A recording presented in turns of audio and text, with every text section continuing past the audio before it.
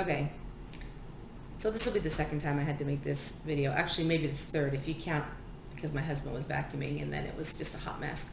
But I'm kind of glad that I have to redo this now, because I was back listening to the first couple times and I thought, it's too much. I'm too intense. I need to slow it down, be more precise. So this is it. This is my take on what's going on right now in education. And I'm only speaking as a teacher for 23 years and a mother of two. But let me say this. There's so much angst out there right now about going back to school. Parents don't want to go back to school because they're scared their kids are going to get sick. Parents want to go back to school because they're sick and tired of their kids not having the proper education and the proper socialization, right? Teachers don't want to go back because they're scared of what's going to happen to them, and teachers want to go back because they're ready to get back into it. There's no perfect solution. No one's going to be happy. But I do want to touch on a few issues that people are talking about. The first issue is that people feel like their kids need socialization. And I agree 100%. Kids need socialization. But what kind of socialization are they going to get when they have to be social distance? They're constantly going to be asked to be away from each other and put their mask on. They're not going to be able to hang out and get that kind of bonding going on that they would normally have. Playing games is going to be difficult, and teachers are going to be stressed, and whistles are going to be blown because nobody's listening, which is like a typical day anyway, right? So I'm not sure that's the best. People are getting upset because they don't think their kids are getting the best education. Well, you know what? Let me tell you something. I'm working my butt off. I'm working all the time. Hours longer than I've ever worked before, even when I was a first-year teacher, because at least I left school and came home. I'm here in my personalized classroom all the time, thinking and changing and adjusting, just so that I can make sure I meet my kids' needs.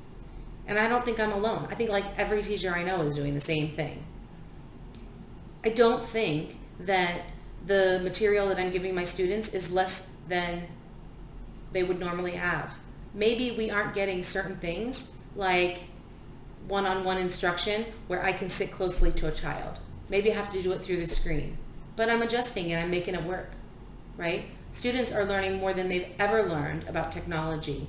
They've learned how to collaborate in a technological world, which is exactly the world we live in, which is the way they're going to have to do it when they get to be adults anyway, right? Students are learning how to adapt, right? They're learning how to deal with what's going on. And it's amazing what they're doing. And students are still able to collaborate. I was able to make breakout rooms, and I saw my students talking and engaging. And you know what I didn't see? I didn't see kids bothering other groups because they couldn't. There was just a group in one little room, and I was able to monitor it. And I was able to talk to that group and talk to that group. And no one is getting disrupted. I'm able to give an assessment or a test and watch all my students, and people are not disturbing other people. When they're done, they're not disturbing the people that are not done, right? They're not bothering them. We're not being disturbed by somebody who's upset after recess and we have to spend 20 minutes deciphering and investigating who threw the ball or who is bullying. We don't have to do that. I don't have any of those problems. The kids get me, and I am not stressed at trying to figure out something really that shouldn't even be on my job title anyway. I'm able to just teach and enjoy. We spend 30 minutes every morning working and getting to know each other and building our character and building empathy. Uninterrupted. Just us. And it's great. And if it's done right, I don't think that it has to be a lost year. I don't think that teachers out there are thinking, well, this isn't, I'm just going to, wing it. We're not winging it. We're not. We're working our butts off, and we care. We want to be back at school too. I just don't want to be back at school at the risk of getting my mom sick or my son sick or my husband sick, right? I'm willing to sacrifice myself. That's why I go to school and I do our drills and I say I'm going to step in front of a shooter, and I'm willing to run back into the building if I have to save someone from an earthquake or a fire. I'm just not willing to sacrifice my mom's life or my husband's life or my kid's life because of my choice that I want to be a teacher, right? I've already sacrificed quite a bit. I sacrificed respect because not pretty much no one is respecting teachers. And they say they do, but they really don't. If they did respect them, they would fight and argue for us to get paid a fair wage and not have to feel like we have to fight for our wage, taking away from students and their ability to have the right materials. If you were really worried and concerned about teachers and respected teachers, you would make it so that we wouldn't have to sit here and do fundraisers and collect box tops for materials, and then maybe take money from other places like military, put it back into schools so we can educate people, right? If you really cared what was going on in the school system, you'd know that we need a lot more school psychologists. We need assistance in helping kids with special needs, and we're not getting any of that. But teachers are fixing it, and teachers are doing it without any of that stuff, and we're doing it. And we do it with smiles on our faces, just like we did it back in March when we were told with no notice that we had to do online learning. Teachers rose to the occasion, and everyone was all for it.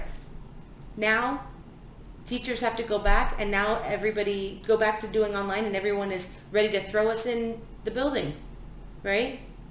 You don't want to have a meeting at work with 10 colleagues who I'm pretty sure cover their mouth when they sneeze and wash their hands when they go to the bathroom. But you want me to go in a room with 30 kids who use their sleeve as a Kleenex, and I'm pretty sure don't even flush when they're done with the bathroom, let alone wash their hands. So this is just my take, my thoughts, my feelings. I'm not speaking for everybody. I'm not speaking for every parent who has 2 kids. I'm not speaking for every teacher who's teaching from home. I'm just saying there is so much more to this than just teachers not wanting to be back in class with their kids or parents pushing their kids into the classroom. We need to look at everything, the big picture. And isn't continuity and structure and routine much better than the back and forth that's going to happen if we go back to class instruction? Then we have to leave in class instruction because someone has a fever, or come back, or leave again, or we're going to go on and off a day. It's insane. Keep it the way it is. It's calm. We're used to it. We're doing it. Why mess with it? All right, that's my take.